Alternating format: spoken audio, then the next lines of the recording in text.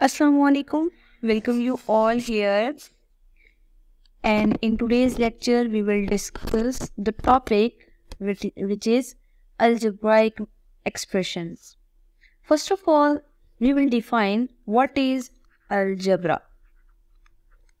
ठीक है, अगर हम सिंपल वर्ड्स में डिफाइन करें ना, एक्चुअली अलजेब्रा क्या है? It is generalisation of arithmetics. ठीक है, ये अरिथमेटिक्स की एक्चुअली जनरलाइजेशन है.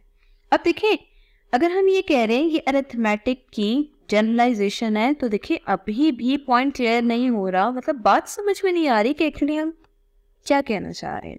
ठीक है, तो हम ऐसा करते हैं कि यहाँ पे अरिथमेटिक ऑपरेशंस डिस्कस कर लेते हैं.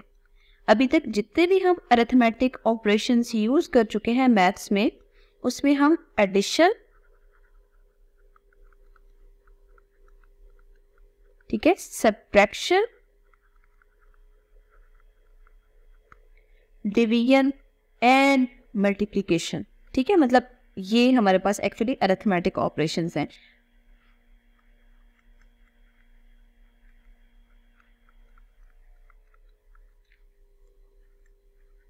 इनको हम सॉल्व कर रहे होते हैं. ठीक है, और इनकी हेल्प से हम हमेशा अलजेब्रा को सिंप्लीफाई करते होते हैं. ठीक है, तो बेसिक एग्जांपल हम कंसिडर करते हैं. जैसे आपसे कहा जाए कि आपने 5 में 5 ऐड अप करना है, तो आंसर क्या आ रहा है? 10 आ रहा है. ठीक है, ये तो मतलब एक ऑब्वियस सा क्वेश्चन है कि 5 में 5 ऐड किया जाए तो आंसर 10 आ रहा है. ठीक है, लेकिन अगर फॉर एग्जांपल आपसे कहा जाए कि 5 में क्या ऐड किया जाए कि आंसर 15 की इक्वल आ रहा है, तो अब देखिए हमें यहाँ पे फिलहाल ये नहीं पता कि 5 में क्या ऐड किया जाए, आंसर 15 आ रहा है. तो देखिए ये एक छोटी सी कैलकुलेशन है जिसको हम वैसे भी मेंटल मैथ से सॉल्व कर सकते हैं.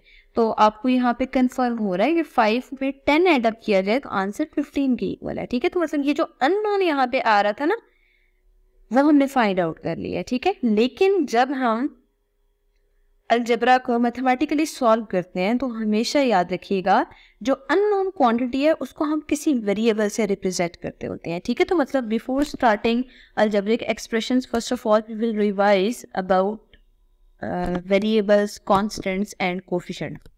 अब देखिए, हमने अगर अननोन क्वांटिटी को किसी वेरिएबल से रिप्रेजेंट किया है ना, तो एक्चुअली हमें पता होना चाहिए कि वेरिएबल है क्या.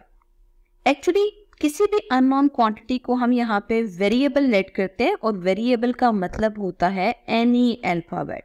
ठीक है, और अल्फाबेट में हमेशा हम स्मॉल लेटर्स में A, B, C up to so on X, Y, Z कोई भी अल्फाबेट कंसीडर कर सकते हैं. तो मतलब जब भी वेरिएबल आएगा तो वेरिएबल का मतलब होगा कोई भी अल्फाबेट. अब नेक्स्ट है कॉन्स्टेंट्स. कॉन्स्टेंट्स का मतलब क्या होता है? कॉन्स्टेंट का मतलब होता है एनी न्यूमेरिक वैल्यू. ठीक है, एनी फिक्स्ड या न्यूमेरिक वैल्यू. ठीक है, अगर आपसे फिक्स या न्यूमेरिक वैल्यू का कहा जा रहा है तो इसका मतलब क्या है?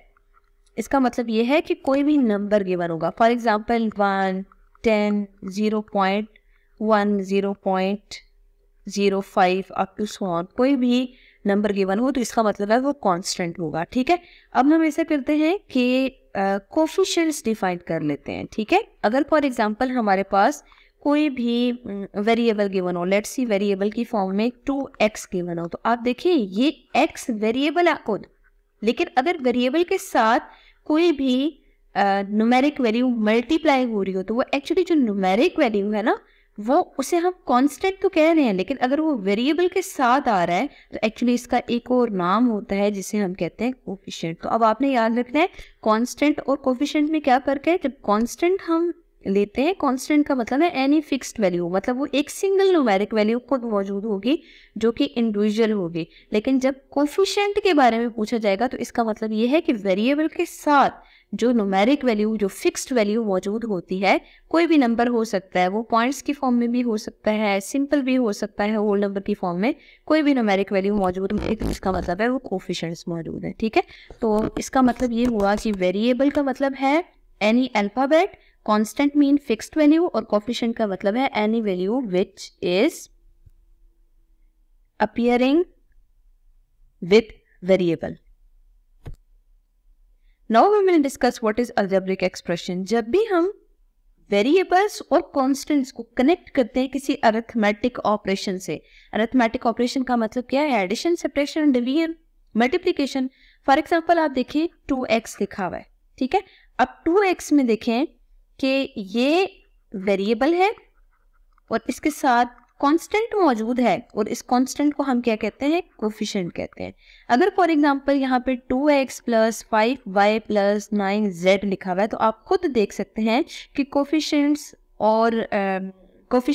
और वेरिएबल से मिलके मतलब एक टर्म बन रही है। तो यहाँ पे एक टर्म ये है, एक टर्म ये है और एक टर्म ये आ रही है, ठीक है। तो यहाँ पे 3 टर्म्स आ रही हैं। उन तीनों टर्म्स को हमने अरिथमेटिक ऑपरेशन से कनेक्ट किया हुआ है। मतलब ये यहाँ पे प्लस साइन मौजूद है ना, इसी की जगह यहाँ पे माइनस साइन भी आ सकता है। तो जब हम किसी भी टर्म को कनेक्ट कर देते होते हैं अरिथमेटिक ऑपरेशन से, तो एक्चुअली ये जो एक्सप्रेशन बनता है इसे हम कहते हैं ये अलजेब्रिक एक्सप्रेशन है, ठीक है। तो अलजेब्राइक एक्सप्रेशन का मतलब क्या है कि जब हम वेरिएबल और कॉन्स्टेंट्स को कनेक्ट करते होते हैं किसी अरिथमेटिक ऑपरेशन से, तो वो जो रिजल्टेंट फॉर्म आती है उसे हम हमेशा कहते हैं ये अलजेब्रिक एक्सप्रेशन।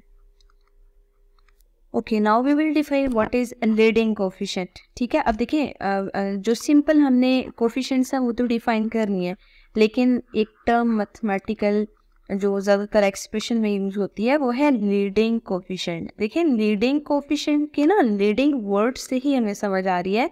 फॉर एग्जाम्पल देखिए कोई भी अलजेब्रिक एक्सप्रेशन मौजूद है 2x प्लस 1, ये आपको पता है कि ये लीनियर एक्सप्रेशन है, ठीक है। अब अगर फॉर एग्जाम्पल इसकी पावर स्क्वायर में चली जाती है तो ये क्वाड्रेटिक है, ठीक है।